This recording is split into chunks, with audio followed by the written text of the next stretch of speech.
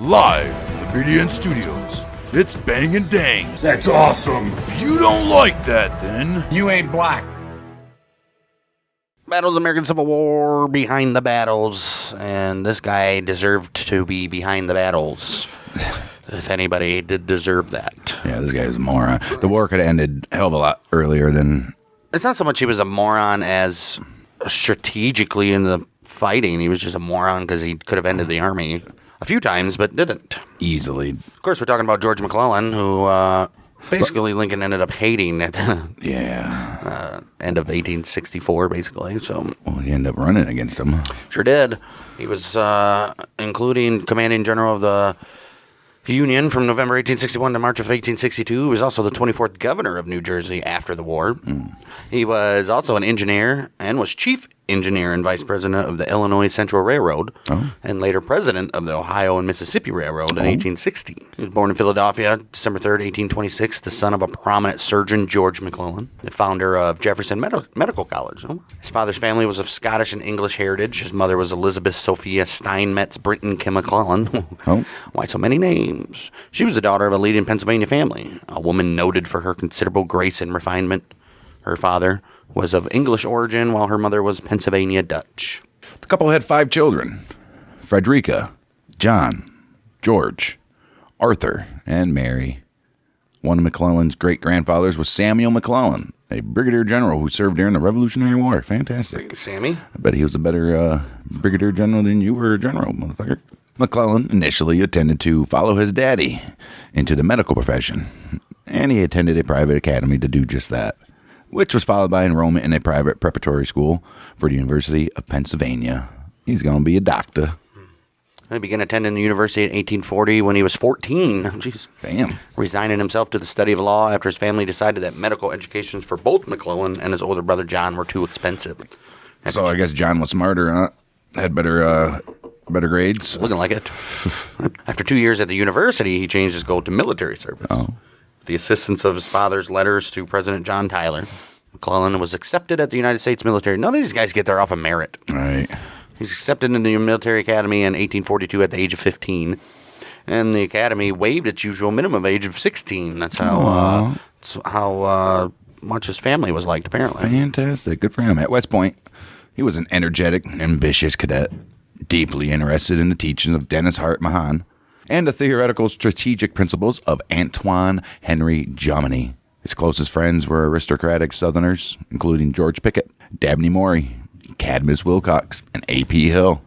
And where do you think they all went? Yep. These associations gave McClellan what he considered to be an appreciation of the Southern mind and an understanding of the political and military implications of the sectional differences in the United States that led to the Civil War. He graduated at the age of 19, 1846. Second in his class of 59 cadets. Losing the top position to, you guessed it, Charles Seaforth Stewart. Only because of inferior drawing skills. Do know how to handle a gun. Or he could draw a gun. They were talking about drawing a tree or something.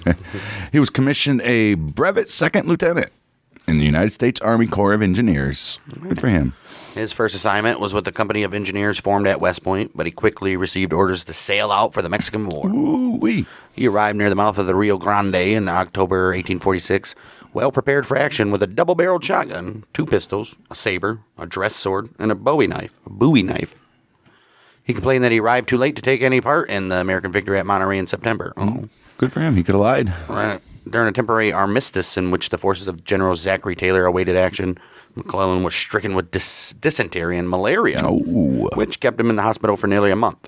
Malaria would recur in later years. He called it his Mexican disease. He served as an engineering officer during the war, was frequently subject to enemy fire. He was appointed brevet first lieutenant for his services at Contreras and Churubusco, and to captain for his service at Chapultepec. He performed reconnaissance missions for Major General Winfield Scott, which was a close friend of McClellan's daddy. McClellan's experiences in the war would shape his military and political life. He learned that flanking movements used by Scott at Cerro Gordo, they were often better than frontal assaults. Yes, and he did take advantage of those. He just didn't take advantage of afterwards. And he learned the value of siege operations, which he did in Veracruz. And passed that along to Ulysses S. Grant, apparently. Somebody needed to teach him how to pursue. He witnessed Scott's success in balancing political with military affairs and his good relations with the civil population as he invaded, enforcing strict discipline on his soldiers to minimize damage to property. Good for him. McClellan also developed a disdain for volunteer soldiers and officers, particularly politicians who cared nothing for discipline and training. They're just there to get their little stock up. Look like they're cool. McClellan returned to West Point. He did that to command his engineering company, which was attached to the academy for the purpose of training cadets in engineering activities, obviously. He chafed at the boredom of peacetime garrison service, although he greatly enjoyed the social life. In June of 1851, he was ordered to Fort Delaware, a masonry work under construction on an island in the Delaware River, 40 miles downriver from Philadelphia. In March of 1852, he was ordered to report to Captain Randolph B. Marcy at Fort Smith in Arkansas. He was to serve as second in command on an expedition to discover the sources of the Red River. By June, the expedition reached the source of the North Fork of the river, and Marcy named a small tributary McClellan's Creek.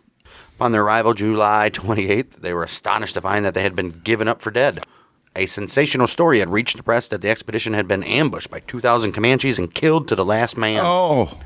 McClellan, he blamed the story on a set of scoundrels who seek to keep up agitation on the frontier in order to get employment from the government one way or the other. Right, they got to make up stories. These engines are really fucking people up. They're doing shit out there, man. You need to hire us to go search for them. Right. In the fall, 1852, McClellan published a manual on bayonet tactics that he had translated from the original French. Yeah, French loved bayonets. He also received an assignment to the Department of Texas with orders to perform a survey of Texas rivers and harbors. What's up with these guys in surveyors? Lee was too. In 1853, he participated in the Pacific Railroad surveys, ordered by Secretary of War Jefferson Davis. He did that to select an appropriate route for the planned transcontinental railroad. McClellan surveyed the western portion of the northern corridor along the 47th, 49th parallels from St. Paul, Minnesota to Puget Sound. In doing so, he demonstrated a tendency for insubordination towards senior political officers. Oh, look at this guy. Well, Isaac Stevens, governor of the Washington Territory, became dissatisfied with McClellan's performance in his scouting of passes across the Cascade Range. Oh, man. McClellan selected Yakima Pass without a thorough reconnaissance and refused the governor's order to lead a party through it in winter conditions. Instead, relying on faulty intelligence about the depth of snowpack in that area. That's why he refused. Right. In so doing, he missed 3 greatly superior passes in the near vicinity, which were eventually used for railroads and interstate highways. The governor ordered McClellan to turn over his expedition logbooks. I bet he did. But he refused, most likely because of embarrassing personal comments that he had made throughout his adventures. Or he didn't have any. Or he didn't record anything. Well, he was probably like, the governor's a fucking retard. Right, he didn't want to do that. Returning to the east, McClellan began courting his future wife, Ellen Mary Marcy, the daughter of his former commander. Ellen, or Nellie as somebody called her, refused Somebody once called her Nellie. Right. Refused McClellan's first proposal of marriage.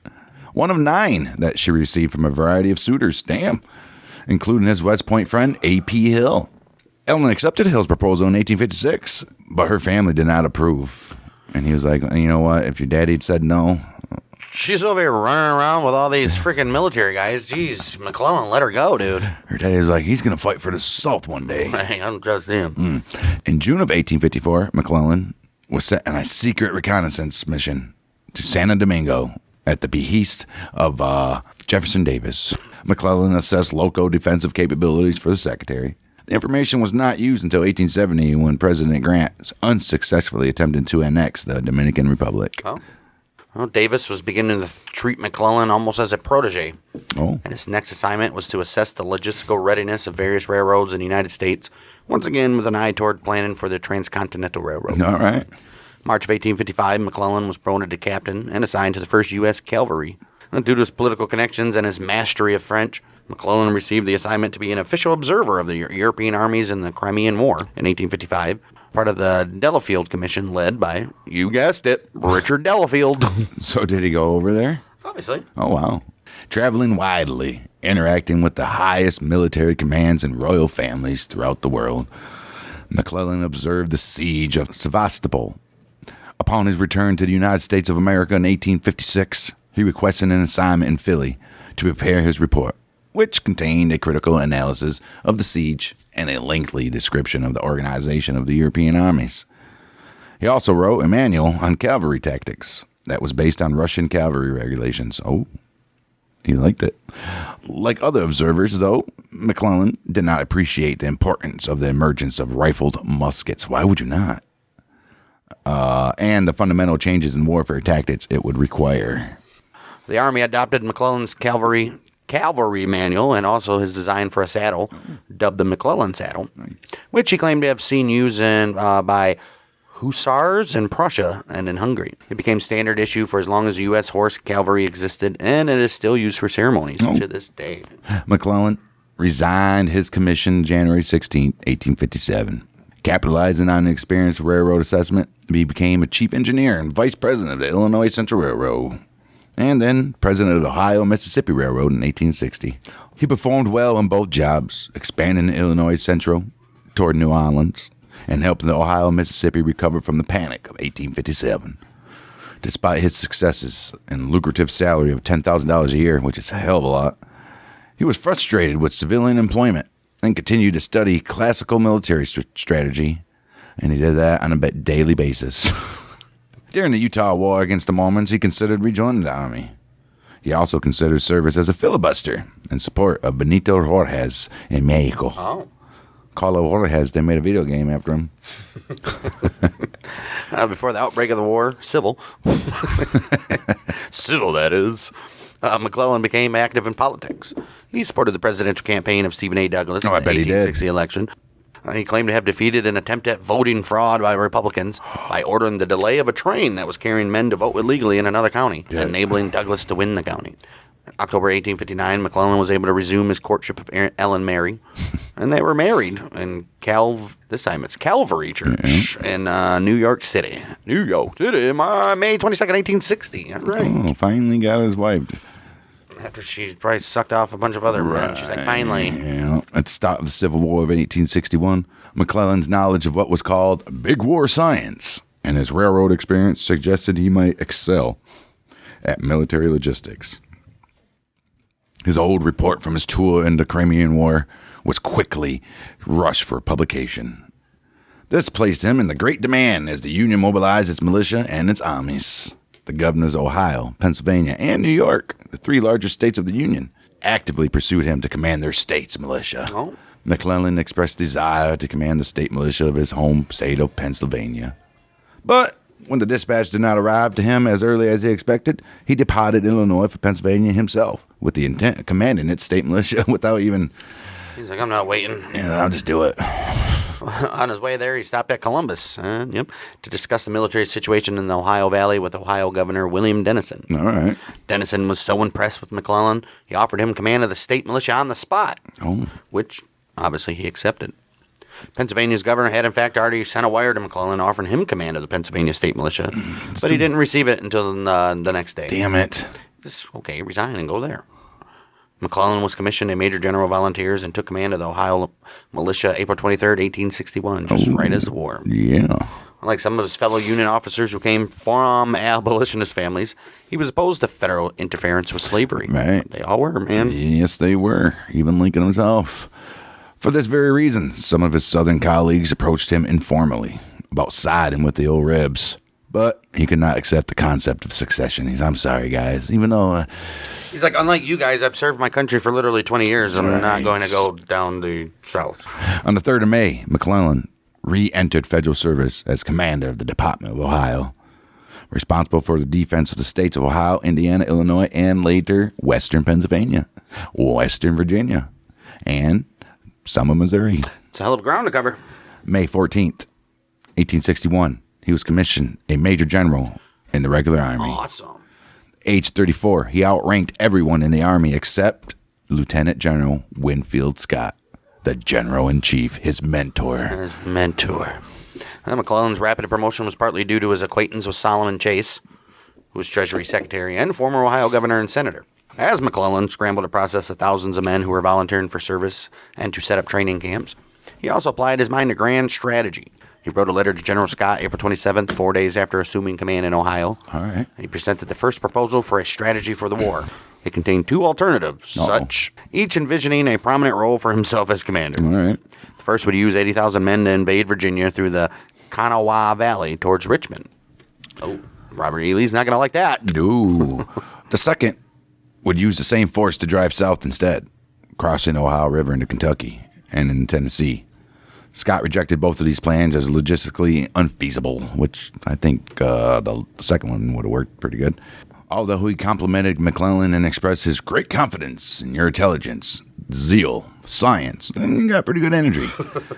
He Got a high motor on you, son. He replied by letter that the 80,000 men would be better used on a river-based expedition to control the Mississippi and split the Confederacy into two, to be accompanied by a strong Union blockade of southern ports. This plan, which would require considerable patience of northern public, it was deep. Yeah, it's all political, dude. They had to figure out a way. What's the longest we can keep this war going? Oh, we can end it tomorrow. It's not even that necessarily. Or we can stretch it out for a year or two. What moves are going to make me praised in the press? Right. That obviously might not be good for the actual war, but good for yourself as long as you're not getting bad press. Right. Terrible. Right. He said, I hope the American people would be patient on the northern public, but he was derided in newspapers as the Anaconda Plan. He wasn't. But eventually proved to be the outline of successful prosecution of the war. It did. Worked out.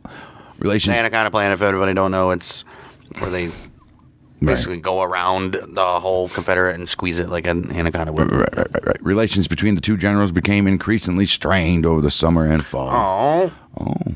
Well, Governor Dennison encouraged and pressured McClellan to conduct offensive operations. So, see, even the governor back then was like, come on, dude. What the fuck, man? You wanted him to conduct offensive operations in northwestern Virginia, where Unionist sentiment was strong. He's like, nah.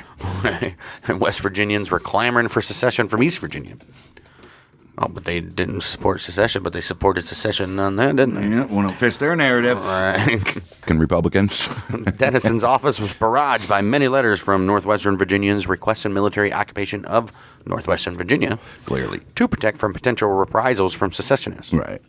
McClellan's first military operations were to occupy the area of western Virginia. Fantastic. Yes. The ones that wanted to remain in the Union and subsequently became West Virginia. Yeah. He had received intelligence reports on the 26th of May, 1861, that the critical Baltimore-Ohio Railroad bridges in that portion of the state were being burned. He quickly implemented plans to invade the region. Confederate General George A. Porterfield was in charge of defending Western Virginia, with most of the rebel forces based at Grafton. McClellan triggered his first serious political controversy by proclaiming to the citizens there that his forces had no intentions of interfering with personal property, including slaves. Sorry, bud. Not here to help with that. He went on to say, notwithstanding all that has been said by the traitors to induce you to believe that our advent among you will be signalized by interference with your slaves. Understand one thing clearly. Not only will we abstain from all such interference, but we will, on the contrary, with an iron hand, crush any attempted insurrection on their part. Oh. Okay. He quickly realized he overstepped his bounds and apologized by letter to President Lincoln. He said, what are you doing, dude? He's like, you don't say that. He's like, I've got babe. Him and Lincoln basically go at it the whole time. The controversy was not that his proclamation was diametrically opposed to the administration's policy at the time, but that he was so bold and stepping beyond his strictly military role. Yeah, you don't get involved in the other side of things. As his forces moved rapidly in West Virginia across the Beverly-Fairmont Turnpike towards Grafton, Confederate forces under the command of Porterfield, they retreated quickly before McClellan's superior forces, and they went towards Philippi, where Porterfield ordered his forces into a momentary rest before continuing the retreat. McClellan, he planned to encircle Porterfield's command at Philippi through a complex plan that required coordination between three separate forces. This coordination failed. The bombardment of the village commenced with a false signal. Confederates at the Philippi were completely surrounded. But they did not retreat towards a prepared line of Union troops, as the plan originally envisioned. This was the first land conflict of the war. Oh, yeah. I remember now. McClellan then split his forces up. One column went under the command of General Thomas Morris, marched to the Beverly-Fairmont Turnpike to attack Confederate troops defending Laurel Mountain, who were under the command of Confederate General Robert Garnett. And they were also to secure the northern road leading to the valley east of the mountains. Now, this force beset the rebels at Laurel Mountain, July 7th. In his first personal command, it was at Rich Mountain, where McClellan was plagued by hesitation and his erroneous idea that he was facing a sizable Confederate force. Yeah, he was always scared that there was more than what there was. Always. McClellan wished to flank the strong Confederate position at Rich Mountain, but found no avenue to do so, and ordered his forces into a preliminary siege. You idiot. He's like, I remember this. Right. Flank siege. Right. A young boy from the Hart family, whose house was on Rich Mountain, behind the Confederate position. They were a family with Unionist sympathies, walked into McClellan's camp and offered to show the troops a route through the woods. He's like, I know this place by the back of my hand. That's how I go to Grandma's. That was around the Confederate left. This small trail would eventually turn north and link up with the Buckhannon-Beverly Pike that cut through Rich Mountain eastwards to the valley and then to Cheat River. Over the mountains, through the woods. Oh boy, how did they know? How did they know to trust him? It could have been leading him right into slaughter. Well, yes. McClellan was very pleased and ordered his... He said, I am very pleased. Very pleased. Hart family boy. Where's my subordinate, Colonel Williams Rosecrans? Oh, Rosecrans. And he ordered his subordinate, Colonel William Rosecrans. He said, why don't you lead a contingent of troops, flank the Rebs, and then take them by surprise. Due to intense rain, a movement that was originally estimated to take an hour or two took more than 7 hours. Damn. Yeah, they're like knee-high in mud. Muck. Nasty. After a long time without receiving news from Rosecrans, McClellan grew very nervous and dispatched an order to call off the attack. But the orders never reached Rosecrans. Finally, after an exhausting march, Rosecrans took up positions south of the Hart home, launched a vigorous attack up the hill to the Hart farm. The boy's like, I didn't mean you attack right at my house, Right. dude. Confederate troops were under the overall command of General John Pegram. They attempted a defense and moved 2 guns on the road to repulse this attack, Okay. which was well east of the main Confederate position on Rich Mountain. Right, not even close. Another regiment was ordered out of Beverly to link up with the Confederate position at Ridge Mountain. Okay. This regiment had arrived too late and found the Union troops had overrun the road, captured a Confederate cannon, and were holding the road between Beverly and the Confederate troops west of their position on Ridge Mountain. Good for them. That was behind the rebel defense. Right. McClellan heard the sounds of battle from his headquarters, but being unsure and nervous, old nervous McClellan, he ordered no attack on the mountain. Jeez, dude, come on. What are you nervous about? Jeez. I mean, obviously it's war. But, I mean, come on, guy. The very next day, demoralized Confederate troops retreated from Rich Mountain through trails that took them northwards, and then they attempted to move eastwards, back to Beverly on the Tigard Valley. A harrowing pursuit caused several hundred, including Pegram, to surrender the next day, and the Battle of Rich Mountain ended in a decisive Union victory. Good for you, McClellan. Confederate troops were about 15 kilometers northwest, defending Laurel Mountain on the Beverly-Fairmount Turnpike, retreating in great disorder after hearing of the rebel defeat on Rich Mountain. Right. Yeah, they're done. Well, McClellan, in his later report, severely criticized Morris for his purported late pursuit of the Confederates. Oh, wow! After their retreat from there, even though he had extensively instructed Morris earlier to be very cautious and wary in his advance against enemy forces. This guy's a piece of shit. Rosecrans bitterly complained that his attack on Rich Mountain was not reinforced as McClellan had agreed. McClellan was obliged to absorb all credit for the victory at Rich Mountain. I bet you were. And he lent no credit to Rosecrans' performance during the battle. Why would he? Piece of trash. Already doing this political shit, dude. Man, I swear. These victories propelled McClellan to the status of national hero. New York Herald entitled an article about him, General McClellan, the Napoleon of the present war. Not a good comparison, but okay. After the defeat of Confederate forces at the Ridge Mountain and Laurel Mountain, Union troops sharply pursued them eastwards across the Tigard Valley, all the way to Cheat River and Cheat Mountain. Confederate General Garnett was murdered in a rearguard action on Cheat River at Corrick's Ford by Morris's force. And thus, rebel presence had been completely ejected from West Virginia altogether. Get out and stay out. Although rebel troops were still present in Kanawha under command of Henry Wise and John Floyd. Who cares? Right. McClellan proceeded to bombastically proclaim that secessionist presence in West Virginia had been completely crushed. McClellan then organized a defensive network of the region spanning Cheat Mountain, Allegheny Mountain, and all the way to Gauley Bridge in Kanawha.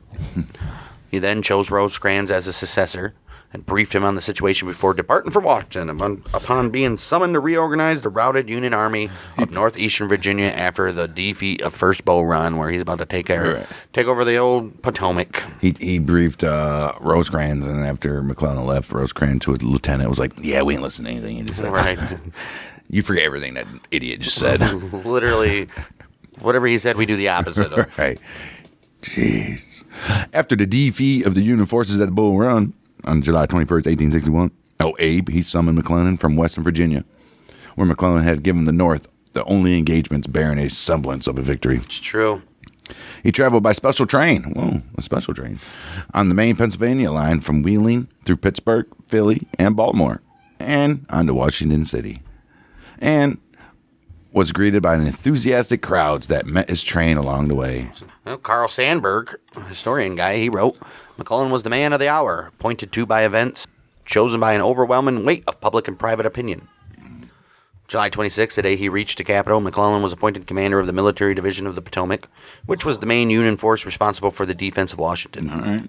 August 20th, several military units in Virginia were consolidated into his department, and he immediately formed the Army of the Potomac with, obviously, himself as its first commander. Ooh-wee. This army became the primary force in the Union in the Eastern Theater that protected the capital and the North. He reveled in his newly acquired power and influence. He went on to say, I find myself in a new and strange position here. President, Cabinet, General Scott, and all deferring to me. General Scott! By some strange operation of magic, I seem to have become the power of the land. Good Lord, guy. Get a hold of yourself. Wow. And then he wrote ... I almost think that were I to win some small success now, I could become dictator or anything else that might please me.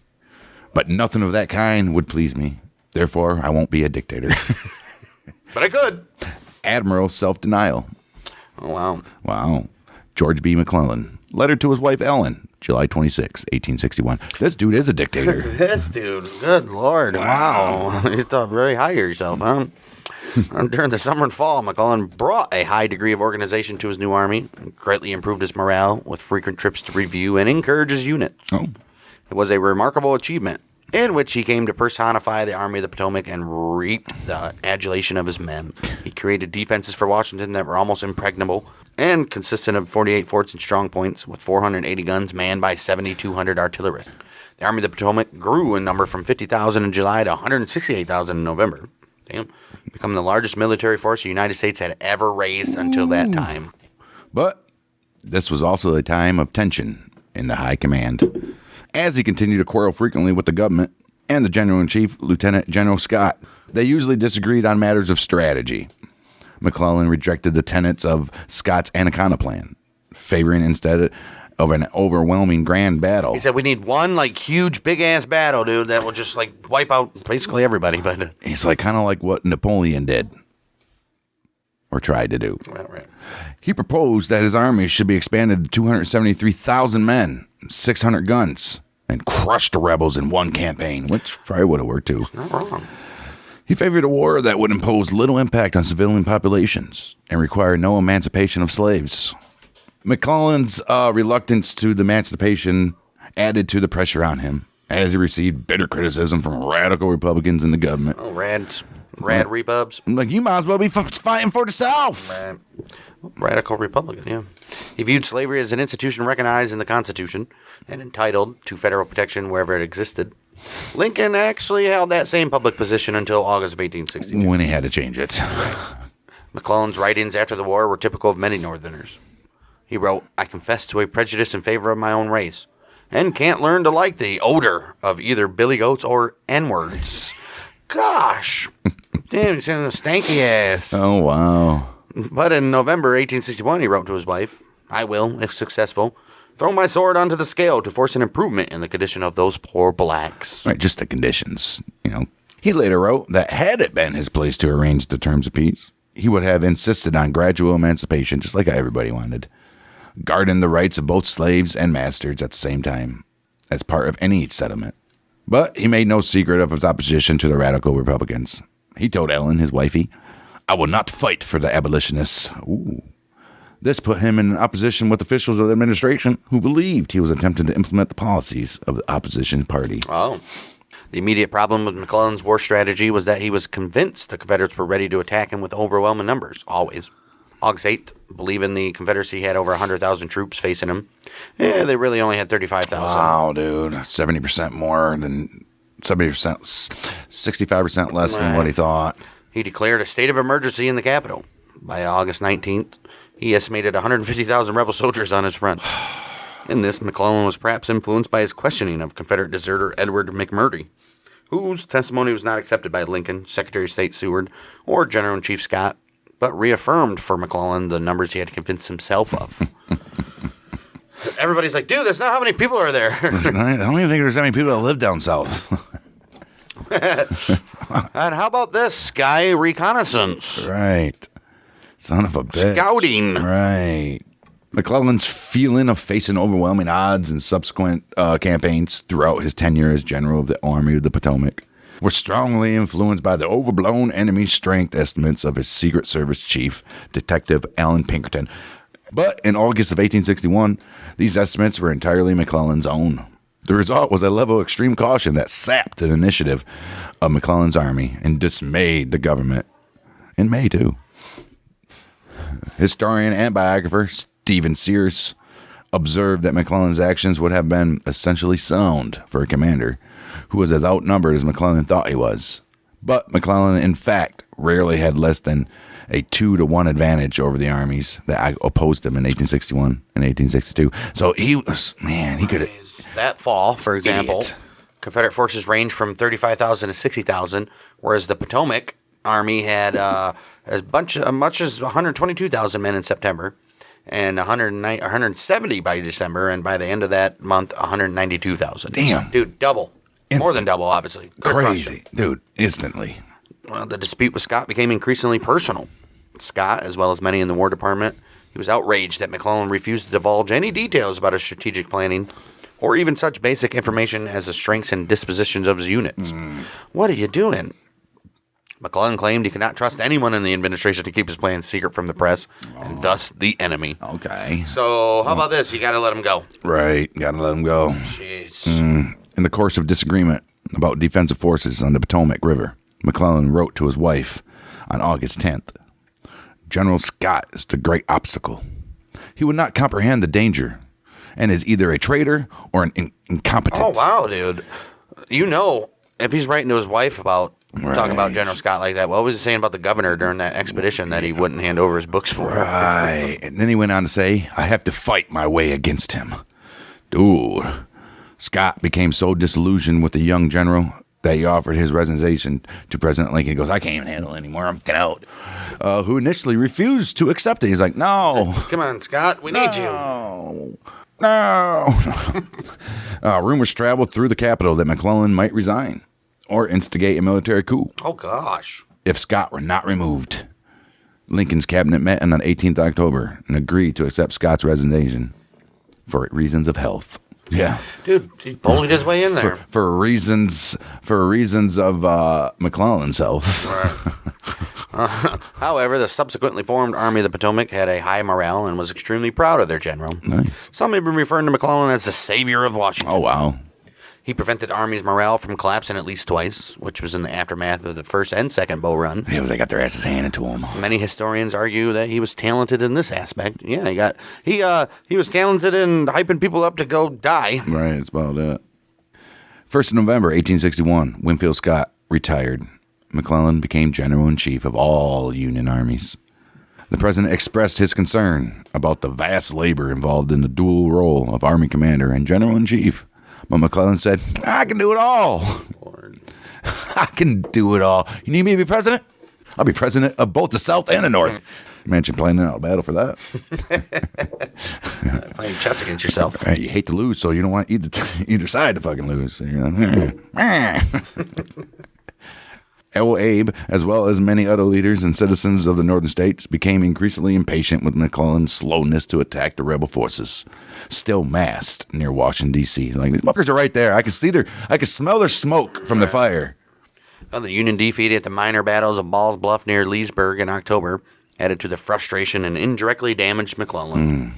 In December, the Congress formed a joint committee on the conduct of the war, which became a thorn in the side of many generals throughout the war, accusing them of incompetence and, in some cases, treason. McClellan, he was called as the first witness December 23rd, but he contracted typhoid fever and could not attend. Sure he did. Damn, dude almost died. Supposedly. Right.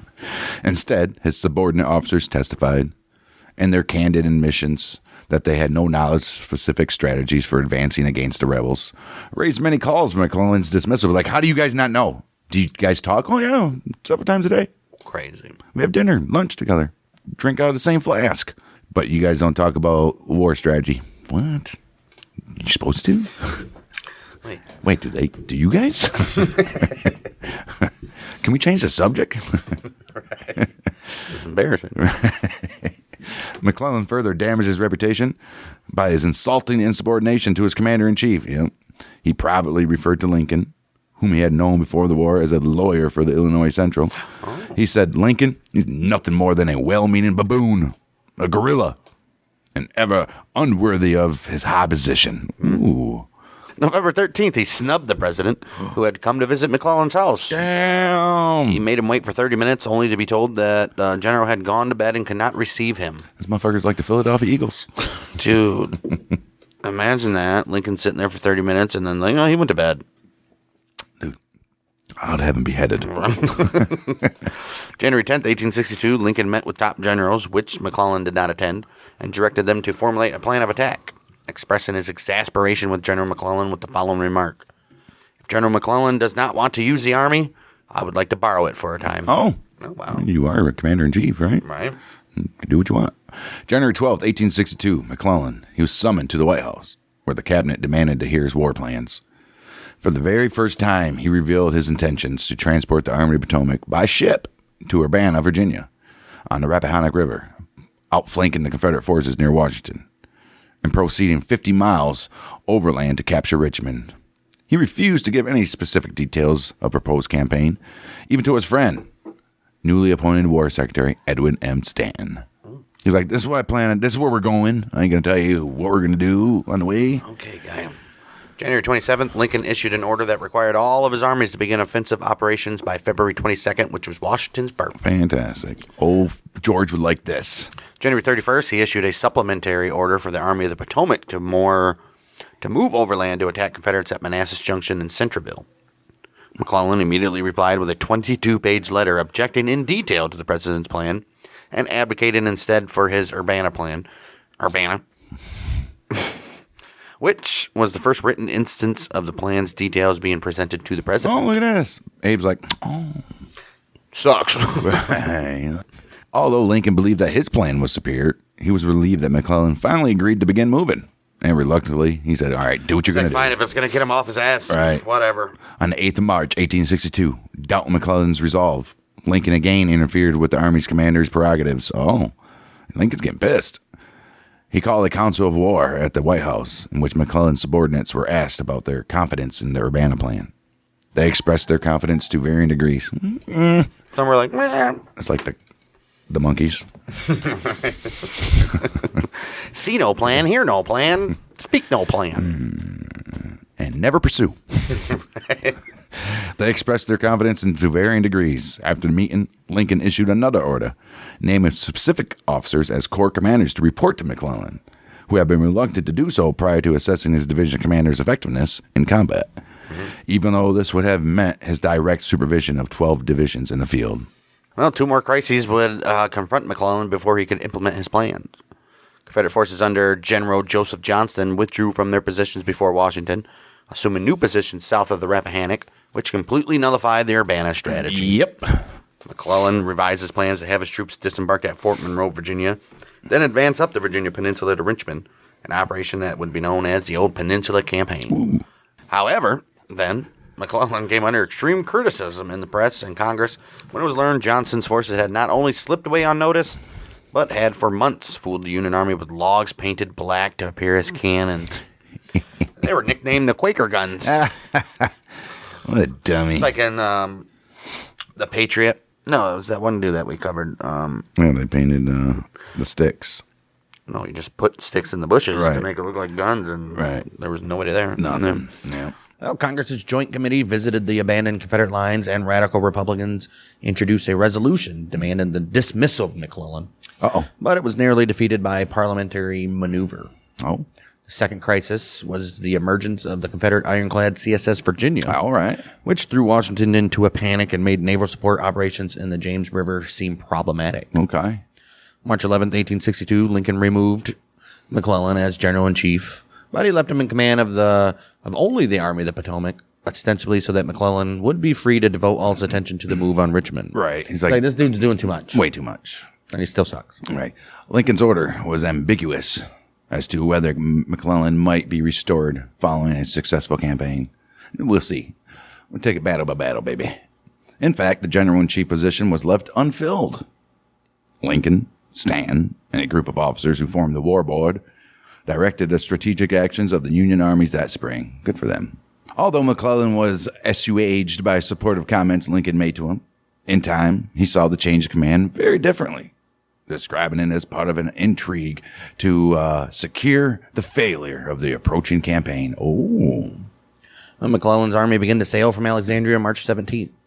It was an armada that dwarfed all previous American expeditions, which transported 121,500 men, Damn. 44 artillery batteries, 1,150 wagons, over 15,000 horses, and tons of equipment and supplies. An English observer, remarked that it was the stride of a giant. The Army's advance from Fort Monroe up the Virginia Peninsula proved to be slow, though. I mean, McClellan's plan for a rapid seizure of Yorktown was foiled by the removal of First Corps from the Army of the Potomac for the defense of Washington. Okay. McClellan had hoped to use the First Corps to capture Gloucester Point and thus outflank the Confederate position. When he discovered the Confederates had fortified a line across the peninsula, he once again hesitates to attack and instead played it safe. Oh, look at him playing it safe. Jeez. According to some historians, it is possible, however, and there is a considerable volume of evidence bearing upon this point, that General McClellan, during all the earlier portion of the month before Yorktown, had it in his mind, even without McDowell's corps, he was going to undertake a decisive turning movement by the north side of the York. In this event, it would not only be in the direction of his plan to make no attack, but it would play into his hands that his opponent should accumulate his forces on the peninsula. Yet, this halting between two opinions had the result that when he had abandoned the purpose of making the turning movement, it had become too late for him to make a direct attack. McClellan, he asked for the opinion of his chief engineer, John Barnard, who recommended against an assault. This caused him to decide on a siege of the city, which required considerable preparation. All right. He then continued to believe intelligence reports that credited the Confederates with 2 or 3 more times the men they actually had. Early in the campaign, Confederate General John Magruder, he defended the peninsula against McClellan's advance with a vastly smaller force. He created a false impression of many troops beyond the lines, and of even more troops arriving.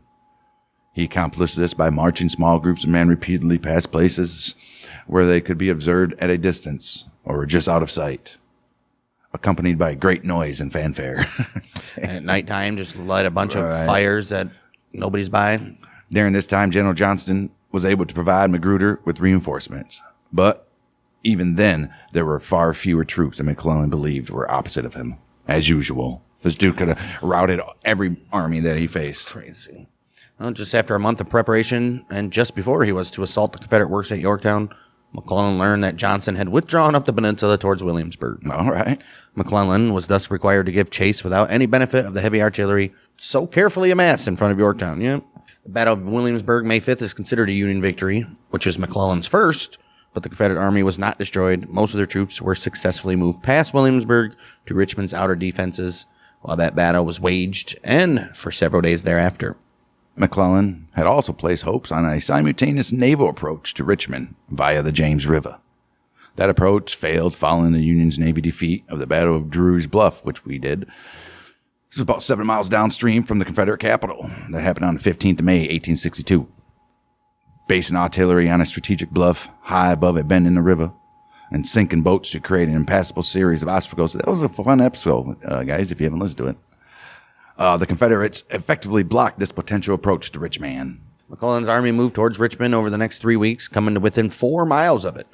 He established a supply base base on the Pamunkey River, which was a navigable tributary of the York River. Fantastic. That was at White House Landing, where the Richmond and York River Railroad extending to Richmond crossed and commandeered the railroad, transporting steam locomotives and rolling stock to the site by barge. Oh, fantastic. May 31st, as McClellan planned an assault, his army was surprised by a Confederate attack. Ooh, we though, Rib, surprising you. Johnston saw that the Union Army was split in half by the rain-swollen Chickahominy River and hoped to defeat it in detail at Seven Pines and Fair Oaks. McClellan, he was unable to command the army personally because of a recurrence of malarial fever. Oh. But his subordinates were able to repel the attacks. Nevertheless, McClellan received criticism from Washington for not counteracting, which some believed could have opened the city of Richmond to capture. Johnson was wounded in the battle. Robert E. Lee assumed command of the Army of Northern Virginia. He sure did. McClellan then spent the next 3 weeks repositioning his troops and waiting for promised reinforcements. As Lee recounted, McClellan was attempting to make this a battle of posts, which would lock the Confederate Army in an attritional battle. At the end of June, Lee began a series of attacks that became known as the 7 Days Battle. Mm-hmm. First major one at Mechanicsville was poorly coordinated by Lee and his subordinates and resulted in heavy casualties for little tactical gain. Mm-hmm. However, guess what? The battle had significant impact on McClellan's nerve. The surprise appearance of Major General Stonewall Jackson's troops in the battle, when they had last been reported to be many, many, many miles away in the Shenandoah Valley, it convinced McClellan that he was even more outnumbered than he had thought. He's like, well, shit, is that Stonewall Jackson? He must have 100,000 men. He reported to Washington that he was facing 200,000 Confederates, perhaps due to a false report on the arrival of another Confederate Army, PGT Beauregard. The number of men McClellan was actually faced varies, with Joseph Harsh and the Confederate Tide Rising placing Lee's army at about 112,000, compared to 105 under McClellan. Oh, so he's still outnumbered. At least he was right. He was outnumbered, but not by 100,000 men. Well, Lee continued his offensive at Gaines Mill to the east. And that night, McClellan decided to withdraw his army to a safer base well below Richmond on a portion of the James River that was under control of the Union Navy. In doing so, Lee had assumed that the Union Army would withdraw to the east toward its existing supply base, and McClellan's move to the south delayed Lee's response for at least 24 hours. Okay. It's noted that McClellan's change of base to the James, however, thwarted Lee's attempt to do this. Oh. Not only did McClellan's decision allow the Federals to gain control of the time and place for the battles that took place in late June and early July, it enabled them to fight in a way that inflicted terrible beating on the Confederate Army. More importantly, by the end of the 7 days battles, McClellan had dramatically improved his operational situation. Oh, good for you, Literally all because Lee had to wait 24 hours to do anything. Right. Well, McClellan, he was also tactically acknowledging that he would no longer be able to invest Richmond. The object of his campaign, the heavy siege artillery required, would be almost impossible to transport without the railroad connections available from his original supply base on the York River. In a telegram to Secretary of War Edwin Stanton, reporting on these events, McClellan, he said, Lincoln was to blame, his administration, for all of his reversals. Wow. This dude. Did he ever not, take any blame for himself? Clearly not. Wow. If I save this army now, I tell you plainly, I owe you no thanks to you or to any other persons in Washington. You have done your best to sacrifice this army. Oh, wow. Quote, unquote.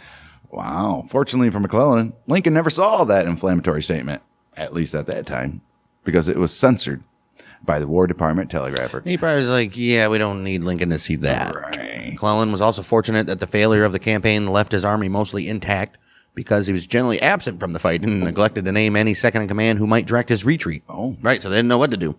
Right. Military historian Stephen Sears wrote, when he deserted his army on the Glendale and Malvern Hill battlefields during 7 days, he was guilty of dereliction of duty. I mean, pretty much. He had the Army of the Potomac been wrecked on either of these fields, at Glendale, the possibility of this had been actually real. That charge under the Articles of War would have likely been brought against him. You ain't kidding, dude.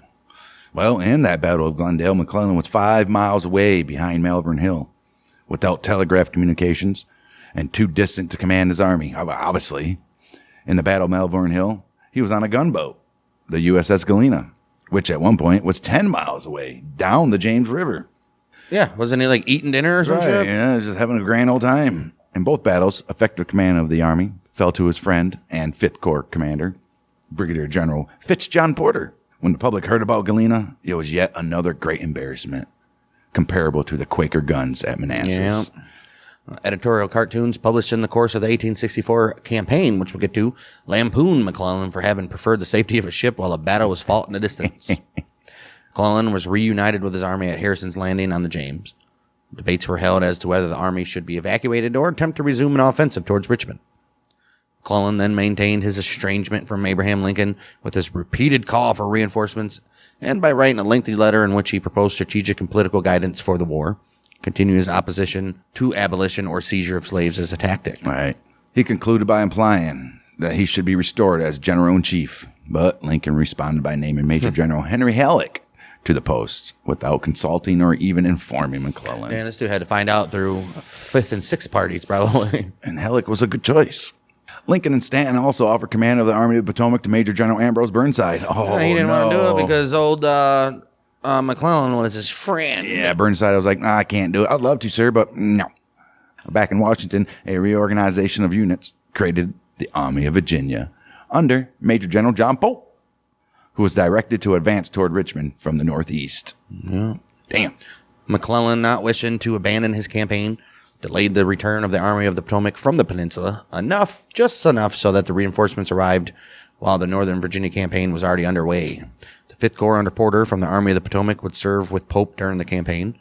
And a frustrated McClellan wrote to his wife before the battle, "Pope will be thrashed and be disposed of by Lee. Such a villain as he is ought to bring defeat upon any cause that employs him." Oh, Jeez. damn. Lee had gambled on removing significant units from the peninsula to attack Pope, who was then beaten decisively at Second Bull Run in August. Yeah. He sure was. Yeah, no, he had no chance. After the defeat of Pope's Second Bull Run, President Lincoln reluctantly returned McClellan. He's like, 2nd of September, 1862, Lincoln named McClellan to command the fortifications of Washington and all the troops for the defense of the capital. Wow. So it's a classic situation of we don't have nobody better at this point than McClellan, but McClellan's a piece of shit. And plus, if you put McClellan in a place where he really don't have to leave the surrounding area, he knows he's not going to pursue. So it's like, maybe we just let him defend the capital. It seems like a good thing for him. He seems to want to stay in one place all the time anyway. Right. The appointment was controversial in his cabinet, majority of whom signed a petition declaring to the president our deliberate opinion that at this time it is not safe to entrust Major General McClellan to command of any army of the United States. Any army. Ooh. Jeez. Yeah, the president admitted that it was like curing the bite with the hair of a dog. But Lincoln told his secretary, John Hay, hey, we must use what tools we have. You know, there is no man in the army who can man these fortifications and lick these troops of ours into shape half as well as he. Yeah, that's his only thing. Right. If he can't fight himself, he excels in making others ready to fight at least. Yeah. Northern fears of a continued offensive by Robert E. Lee were realized when old Lee launched his Maryland campaign September 4th, hoping to arouse pro-Southern sympathy in the slave state of Maryland. Yeah, but they knew better. Maryland was like, we still want slaves, but we also want industry from the North. Yeah, well, I can see it. Right. We can see it out our window. McClellan's pursuit began on September 5th. He marched toward Maryland with 6 of his reorganized corps. You think Lee attacked purposely McClellan again because he went to Maryland because he knew McClellan shit was there now and he was like, this dude sucks, so maybe we can actually he get there. knows what's going on with the switching around of all the generals and shit. He marched toward Maryland with 6 of his reorganized corps. Numbers vary as to the size of McClellan's force, with his paper strength at 87,000. Stephen Stolmeyer, and too useful to sacrifice, he wrote that there was about 60,000 men, noting that the 87,000 number includes non-combatant soldiers and units not immediately available. McClellan left 2 corps behind to defend Washington. Oh, wow, 2 corps, huh? Oh, wow. McClellan's reception in Frederick, Maryland, as he marched towards Lee's army was described by the correspondent for Harper's Magazine. They say the general rode through the town on a trot, and the street was filled 6 or 8 deep with his staff and guard riding on behind him. The general had his head uncovered and received gracefully the salutations of the people. Old ladies and men wept for joy. Scores of beautiful ladies waved flags from the balconies of houses upon the street, and their joyousness seemed to overcome every other emotion. All right. When the general came to the corner of the principal street, the ladies thronged around him. Bouquets, beautiful and fragrant, and great numbers were thrown at him. And the ladies crowded around him with the warmest good wishes, and many of them were entirely overcome with emotion. I have never witnessed such a scene. The general took the gentle hands which were offered to him with many a kind and pleasing remark, and heard and answered the many remarks and compliments with which the people accosted him. It was a scene which no one could forget, an event of a lifetime. Oh, People in this Maryland town love him, apparently. I guess so. Unless he hired this Harper's Weekly guy to do that. most likely. Lee divided his forces into multiple columns, spread apart widely as he moved into Maryland. Also maneuvered to capture the federal arsenal at Harper's Ferry. Oh. This was a risky move for a smaller army. But Lee was also counting on his knowledge of McClellan's temperament. He told one of his generals, "He is an able general, but a very cautious one. His army is in a very demoralized and chaotic condition, and will not be prepared for offensive operations, or he will not think it so, for 3 or 4 weeks. Before that time, I hope to be on the Susquehanna." Good job, Lee. He was like, he's all right, but He's dumb. dumb. Lee's assessment proved to be inaccurate, as McClellan reacted very quickly, with the Confederate leader remarking that McClellan was advancing more rapidly than was convenient. He's like, I'm not ready. Many classic historians has portrayed McClellan's army as moving lethargically, averaging only 6 miles a day. Even 6 miles a day was more rapid than Lee would have liked, huh? Right. Meanwhile, Union soldiers accidentally found a copy of Lee's orders dividing his army, wrapped around a package of cigars in an abandoned camp. This was Special Order 191. It revealed the widely dispersed configuration of Lee's army, making it vulnerable to destruction in detail. How the hell did that happen? Not one person didn't realize they had that. Apparently not. Didn't have it anymore and didn't say nothing No, to I nobody. think it was supposed to be. Didn't we look up that for a second? Like, it was wrapped around the box of cigars because it was supposed to be delivered to somebody or some shit. And never they happened. forgot it. You know? Jeez. This document was verified at McClellan's headquarters in Frederick on September 13th. Upon realizing the intelligence value of this discovery, McClellan threw his arms up and exclaimed, "Now I know what to do." He waved the order at his old Army friend, Brigadier General John Gibbon, and said, "Here's a paper with which, if I cannot whip Bobby Lee, I will be willing to go home." Pack your shit. Oh, look at that. Pack your shit. Dude got the almanac and Got the blueprints, man. yeah. He telegraphed President Lincoln, "I have the whole rebel force in front of me, but I am confident, and no time shall be lost. I think Lee has made a gross mistake, and that he will be severely punished for it. I have all the plans of the rebels, and will catch them in their own trap if my men are equal to the emergency. We'll send you trophies." Oh. Well, at the discovery of the lost order, McClellan's assistant adjutant general verified the signature and handwriting of the officer who wrote out the order, as he knew him well. Oh. So there was no doubt about its authenticity. Within hours of receiving the order, McClellan dispatched some of his cavalry to assess whether the Confederates had moved in accordance with the order. Okay. Well, still, historians, including James M. McPherson and Crossroads of Freedom, Antietam, and the Battle of Cry Freedom, and Stephen Sears, in Landscape Turned Red, John Keegan in the American Civil War, James V. Murfin in The Gleam of Bayonets, they all have provided clear evidence that McClellan, despite his expressed joy upon being given the order, delayed by some 18 hours before even reacting to the intelligence that he received, resulting in Lee's being able to elude the late arriving Union forces, and this remains the standard view. Once again. McClellan being a moron. Once again. However, Gene Thorpe, in a 2012 article of the Washington Post, he cited evidence that the vanguard of the Army of the Potomac was in motion all day on the 13th due to orders McClellan had issued the previous day. After the war, McClellan held to the claim that he had acted immediately to put his armies on the move. Yeah. And he ordered his units to set off for the South Mountain passes and was able to punch through the defended passes that separated them from Lee. The stubborn Confederate defenses gave Lee enough time to concentrate many of his men at Sharpsburg, Maryland. As noted by historians such as Stottlemyre, the significance of the Union victory at South Mountain should not be underestimated. It ruined Lee's plans to invade Pennsylvania and took the initiative away from the Confederate commander. The Battle of South Mountain also presented McClellan with an opportunity for one of the great theatrical moments of his career, as historian Sears describes. The mountain ahead was wreathed in a smoke eddies of battle smoke, in which the gun flashes shone like brief hot sparks. The opposing battle lines on the heights were marked by heavier layers of smoke, and the columns of the Federal troops were visible, winding their way up the mountainside. each column looking like a monstrous, crawling, blue-black snake. McClellan posed against a spectacular backdrop, sitting motionless astride his warhorse, Dan Webster with his arm extended, pointing Hooker's passing troops toward the battle. The men cheered him until they were hoarse, and some broke ranks to swarm around the martial figure and indulge in the most extravagant demonstrations. This guy. The Union Army reached Antietam Creek to the east of Sharpsburg on the evening of September 15, 1862. A planned attack on the 16th was put off because early morning fog, allowing Lee to prepare his defenses with an army less than half the size of McClellan's. Now, that bloody, bloody day of Antietam, September 17th, was the bloodiest day in American military history. The outnumbered Confederate forces fought desperately and well. Despite significant advantages in manpower, McClellan was unable to concentrate his forces effectively, which meant that Lee was able to shift his defenders to parry each of the three Union thrusts, launch separately and sequentially against the Confederate left, center, and finally the right. McClellan was also unwilling, due to Porter's opinion, to employ his ample reserve forces to capitalize on localized success. Why wouldn't you?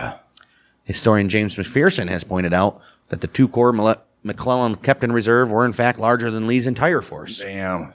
The reason for McClellan's reluctance was that, as in previous battles, he was convinced he was outnumbered. Fuck. This dude, where's your intelligence people, man? The battle was tactically inconclusive, with the Union suffering a higher overall number of casualties. Although Lee technically was defeated because he withdrew first from the battlefield and retreated back to Virginia. And he lost a larger percent of his army than McClellan did. So to say the Union won that battle. Right. Jeez. McClellan wired to Washington, "Our victory was complete. The enemy is driven back into Virginia." Lincoln's like, "It's not what we wanted." That's not what we wanted, dude. Why are they anywhere? They should be taken prisoner with you right now. Yet there was obvious disappointment that McClellan had not crushed Lee, who was fighting with a smaller army with its back to the Potomac. Right. Although McClellan's subordinates can claim their share of responsibility for delays, such as Ambrose Burnside's misadventures at Burnside Bridge, and blunders, which Edwin Sumner's attack without reconnaissance. Yeah. These were localized problems from which the full army could have recovered. Easily. As with the decisive battles in the 7 days, McClellan's headquarters were far too far away to the rear to allow his personal control over the battle. Like I said, he made no use of his cavalry force's reconnaissance, so he did not share his overall battle plans with his corps commanders, which prevented them from using initiative outside their sectors. Holy shit. Well, we know so-and-so is going to do this, so we should do this. They have no idea what the hell they're doing. I hope he's a better civilian. And he was also far too willing to accept cautious advice about saving his reserves, such as when a significant breakthrough in the center of the old rebel line could have been exploited. Yeah. But Fitz John Porter is said to have told McClellan, "Remember, General, I command the last reserve of the last Army of the Republic." Despite being a tactical draw, Antietam is considered a turning point of the war and a victory for the Union because it ended Lee's strategic campaign, which was his first invasion of the North, and allowed President Lincoln to issue preliminary Emancipation Proclamation, September 22nd, 1862, and a final Emancipation Proclamation on the 1st of January, 1863. Although Lincoln had intended to issue the preliminary Emancipation Proclamation earlier, Secretary of State William Seward advised him to wait until Union victory to avoid the perception that it was issued out of desperation, and Lincoln accepted. The Union victory and Lincoln's proclamation played a considerable role in dissuading the governments of France and Britain from recognizing the Confederacy. Some suspected they were planning to do so in the aftermath of another Union defeat. Yeah, they needed that Antietam. McClellan had no prior knowledge that plans for emancipation rested on his battle performance. Good, probably good. Probably would have tried way too hard. Because McClellan failed to pursue Lee aggressively again after Antietam, Lincoln ordered that he be removed from command on the 5th of November, 1862, for one last time. Major General Ambrose Burnside assumed command, reluctantly probably, of the Army of Potomac on the 9th of November, 1862. McClellan wrote to his wife, "Those in whose judgment I rely tell me that I fought the battle splendidly, and that it was a masterpiece of art. This guy. I feel I have done all that I can to be asked in twice saving the country. I feel some little pride in having, with a beaten and demoralized army, defeated Lee so utterly. Well, one of these days history, I will trust, do me justice." Secretary Stanton ordered McClellan to report to Trenton, New Jersey for further orders although none were issued. As the war progressed, there were various calls to return McClellan to an important command following the Union defeats at Fredericksburg and Chancellorsville, as Robert E. Lee moved north at the start of the Gettysburg Campaign, and as Jubal Early threatened Washington in 1864. When Ulysses S. Grant became General-in-Chief, he discussed returning McClellan to an unspecified position, but all of these opportunities were impossible, given the opposition within the administration and the knowledge that McClellan posed a potential political threat as well. Yeah, he wanted no part of it. None. McClellan worked for months on a lengthy report describing his 2 major campaigns and his successes in organizing the army, replying to his critics and justifying his actions by accusing that administration of undercutting him and denying him necessary reinforcements. The War Department was reluctant to publish his report because just after completing it in October 1863, McClellan openly declared his entrance to the political stage as a Democrat. Yeah, and he was nominated by the Democrats to run against old Abe in the 1864 election. Following the example of Winfield Scott, he ran as a U.S. Army general still on active duty. He did not resign his commission until Election Day. McClellan supported continuation of the war and restoration of the Union, but not the abolition of slavery, although the party platform was opposed to that position. The platform called for an immediate cessation of hostilities and a negotiated settlement with the Confederacy. Yeah, they wanted to keep the Confederacy. Right. McClellan was forced to repudiate the platform, which made his campaign inconsistent and difficult, just like his generaling. He was also not helped by the party's choice for vice president, George Pendleton, a peace candidate from Ohio. The deep division in the party, the unity of the Republicans running under the label National Union Party, the absence of a large portion of the Democrats' base, which is in the South, from the voter poll, and the military successes by Union forces in the fall of 1864. They doomed McClellan's candidacy. Lincoln won the election handily. One last laugh for his old foe. He had 212 electoral college votes to 21, and a popular vote of 2,218,388,000 to 1,812,807. For all his popularity with the troops, McClellan failed to secure the support, and the military vote went to Lincoln nearly 3-1. Lincoln's share of the vote in the Army of the Potomac was 70%. But it was his own people. At the conclusion of the war, McClellan and his family went to Europe, not returning until 1868. Oh, wow. In this period, he did not participate in politics. Prior to his return in September of 1868, the Democratic Party had expressed some interest in nominating him again for president, but Ulysses S. Grant became the Republican candidate in May, and this interest died. They said they had no chance against the fucking American hero. Dude. Right. McClellan worked on engineering projects in New York and was offered the position of president of the newly formed University of California, which he declined. McClellan was appointed chief engineer of the New York City Department of Docks in 1870. Beginning in 1872, he also served as the president of the Atlantic and Great Western Railroad. He and his family then embarked on another 3-year stay in Europe from 73 to 75. In March of 1877, the governor of New York, Lucius Robinson, nominated McClellan to serve as the first state superintendent of public works. But the New York State Senate rejected him as incompetent to fill the position for which he was named. Yeah, what does he know about any of this? Right, come on, he's not Hunter Biden. At this time, he was a resident of West Orange, New Jersey, and when the New Jersey Democratic Party nominated him for governor, an action that took him by surprise because he had not even expressed interest in that position. He's like, what the fuck? His nomination was largely an effort by key party members to prevent the leading candidate, Leon Abbott, from gaining the nomination. All right. After his name was unexpectedly placed into nomination at the state convention, there was a stampede, and he was nominated by acclamation. Wow. Oh. Ain't that some shit? People could just throw your name in there. You don't even want to do it. Right. If they vote for you, I mean, I guess you don't have to do it still, right? I guess. But in the general election, he faced William Newell, a Republican former governor who accused McClellan of living in New York, which he easily refuted. Right. McClellan won the election as Democrats gained a majority in both houses of the New Jersey legislature for the very first time since 1870. They act like it was so long. One election cycle. Right. Most likely due to his personal popularity and celebrity, McClellan's inauguration was held outdoors to accommodate the large crowd. In his inaugural address, he said, the most urgent matter before the state was relief from the Panic of 1873. To that end, he advocated for cautious spending to allow for a state tax cut of 50%. Oh. By the end of McClellan's term, the state tax on residents was abolished entirely. Soon after taking office, McClellan fell out of favor with the state Senate over appointments and patronage. The legislature also enacted several highly partisan measures designed to ensure Democratic control, including an aggressive gerrymander in the New Jersey Assembly districts and another disenfranchising college students who tended to vote Republican. The old gerrymandering. They got to go the weirdest shapes of your district just to get your votes. Right. Backlash to these measures led to the election of Republican majorities in both houses for the remainder of McClellan's term in office, which limited the scope of his agenda. McClellan's administration was marked by caution and conservatism. Well, go figure. Yeah.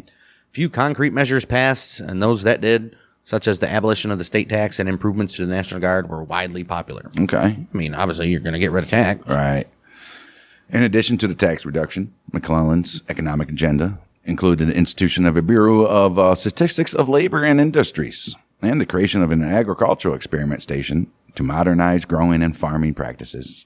Both passed the legislature in 1878 and 1880, respectively. His administration stressed the necessity of education and the conversion of unskilled labor to skilled labor and in industrial development generally by expanding the state library, calling for trades training for young men in public schools that's suited for the local economy. Good for you guys. Giving them wood shops and steel mills. Right. McClellan also applied his military experience to improve the discipline, organization, and armament of the New Jersey National Guard. During his administration, 2 companies were equipped with Gatling guns, which a new battalion was organized, regular rifle practice was instituted, and provisions were made to supply new uniforms. Damn, dudes weren't even practicing regularly with their rifles. Wow. The concluding chapter of his political career was his strong support in 1884 for Grover Cleveland.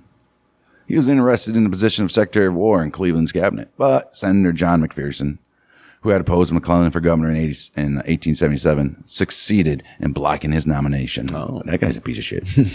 McClellan devoted his final years to traveling and writing. He produced his memoirs, McClellan's Own Story, published posthumously in 1887, in which he stridently defended his conduct during the war. Of course he did. He died unexpectedly of a heart attack at the age of 58 at Orange, New Jersey, after suffering from chest pains for several weeks. His final words at 3 a.m., October 29, 1885. I feel easy now. Thank you. Probably getting, settled into bed or something. Right. He was buried at Riverview Cemetery in Trenton, New Jersey. There's a man with a family here, because he had one. Okay. McClellan's son, George B. McClellan Jr., was born in Dresden in the Kingdom of Saxony during the family's first trip to Europe. Known within the family as Max, he too became a politician, serving as United States Representative from 1893 to 03. And as mayor of New York, city, from 1904 to 1909. Good for you, bud. McClellan's daughter, Mary, they called her May. She lived until 1945. She married a French diplomat, spent much of her life abroad. Both remained childless. Oh, nobody carry on the old McClellan name. McClellan's wife, Ellen, died in Nice, France, 1915, while visiting Mary at her home. Take a look at his legacy or lack thereof. New York Evening Post commented in McClellan's obituary. Probably no soldier who did so little fighting has ever had his qualities as a commander so minutely, and we may add, so fiercely discussed. This fierce discussion has continued for over a century and still does today. McClellan, over a century, right? McClellan is usually ranked in the lowest tier of Civil War commanders. Yes, as he should be. However, the debate over McClellan's ability and talents remains a subject of much controversy among Civil War and military historians. He has been universally praised for his organizational abilities and for his good relations with his troops. They refer to him affectionately as Little Mac. Other nicknames McClellan received included Young Napoleon and the Little Napoleon. McClellan himself summed up his style of warfare in a draft of his memoirs. It has always been my opinion that the true course in conducting military operations is to make no movement until the preparations are as complete as circumstances permit, and never to fight a battle without some definitive object worth the probable loss. Oh. And never, under any circumstance, pursue. Never. Stephen Sears notes, there is indeed ample evidence that the terrible stresses of commanding men in battle, especially the beloved men of his beloved Army of the Potomac, left his moral courage in the tatters. Under the pressure of his ultimate soldier's responsibility, the will to command deserted him. Glendale, Melbourne Hill, found him at the peak of his anguish during the 7 days, and he fled those fields to escape the responsibility. That's crazy. Antietam, where there was nowhere for him to flee to, he fell into a paralysis of indecision. Paralysis. Yeah. Seen from a longer perspective, General McClellan could be both comfortable and successful performing as executive officer, and also, if someone less successfully, as grand strategist, as battlefield commander. However, he was simply in the wrong profession. Yeah. Dang, Sears.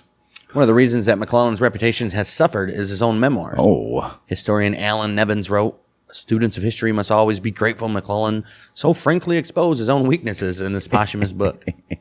Doris Kearns Goodwin writes that a review of his personal correspondence during the war reveals a tendency for self-aggrandizement and unwarranted self-congratulation. That's what I'm saying. This guy thinks he's freaking like the bee's knees. His original draft was completed in 1881, but the only copy was destroyed by fire. So he had to do it another time, dude. Oh, so who knows? His first one probably could have been like better, but this time he's like, I'm going all out on lies. He then began to write another draft of what would be published in 1887 as McClellan's own story.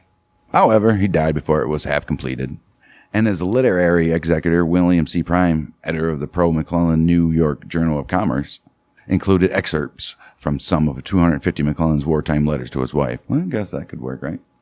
In which it had been his habit to reveal his innermost feelings and opinions in unbridled fashion. Yeah. Robert E. Lee, on being asked who was the ablest general of the Union side during the war, and he replied emphatically, McClellan, by all odds. Yeah, sure. Yeah. That's who he had his most success against. While McClellan's reputation had suffered over time, especially over the latter half of the 20th century, there's a small but intense group of Civil War historians who believe that the general has been poorly served in at least four regards. First, McClellan proponents say that because the general was a conservative Democrat with great personal charisma, radical Republicans fearing his political potential deliberately undermine his field operations. Ooh. Oh, yeah, I'm sure. Maybe. I mean, we already know the political shit that happens. Right. And second, that as the radical Republicans were the true winners coming out of the Civil War, they were able to write his history, placing their principal political rival of the time, McClellan, in the worst possible light. Third, that historians eager to jump on the bandwagon of Lincoln as America's greatest political icon worked to outdo one another in shifting blame for early military failures from Lincoln and Secretary of War Edwin Stanton to McClellan. I don't want to admit that Lincoln was actually failing as well. Right. And fourth, Lincoln and Stanton deliberately undermined McClellan because of his conciliatory stance towards the South, which might have resulted in a less destructive end to the war had Richmond fallen as a result of the Peninsula Campaign. It's true. Proponents of this claim that McClellan is criticized more for his admittedly abrasive personality than for his actual field performance. Several geographic features and establishments have been named for George. These include Fort McClellan in Alabama, McClellan Butte, and McClellan Peak in the state of Washington, where he traveled while conducting the Pacific Railroad Survey in 1853, and a bronze equestrian statue honoring General McClellan in Washington, D.C. All right. Another equestrian statue honors him in the front of Philadelphia City Hall, while the McClellan Gate at Arlington National Cemetery is dedicated to him and displays his name. Fantastic. Good for you, bud. McClellan Park in Millbridge, Maine, donated to the town by the general's son, with the stipulation that it be named for the general, obviously. Camp McClellan in Davenport, Iowa, is a former Union Army camp, established in August 1861 after the outbreak of the Civil War. The camp was training grounds for recruits and a hospital for the wounded. McClellan Fitness Center is a United States Army gym located at Fort Eustis in Virginia, near his Peninsula Campaign. The Fire Department of New York operated a fireboat named George B. McClellan from 1904 to 1954. But this vessel was actually named after McClellan's son, who was mayor of New York City when the vessel was launched. Okay, so why is that? Right. Awesome. So, yeah, there's McClellan. Wow. Talk about a failure of a general. You ain't kidding. Could have ended the war in 1862. With him actually trying to do something, yeah, the war could have been way over. But I guess we'll never know. That's history for you. So arrogant little prick. And sure was. George McClellan. And usually that means you're a good general.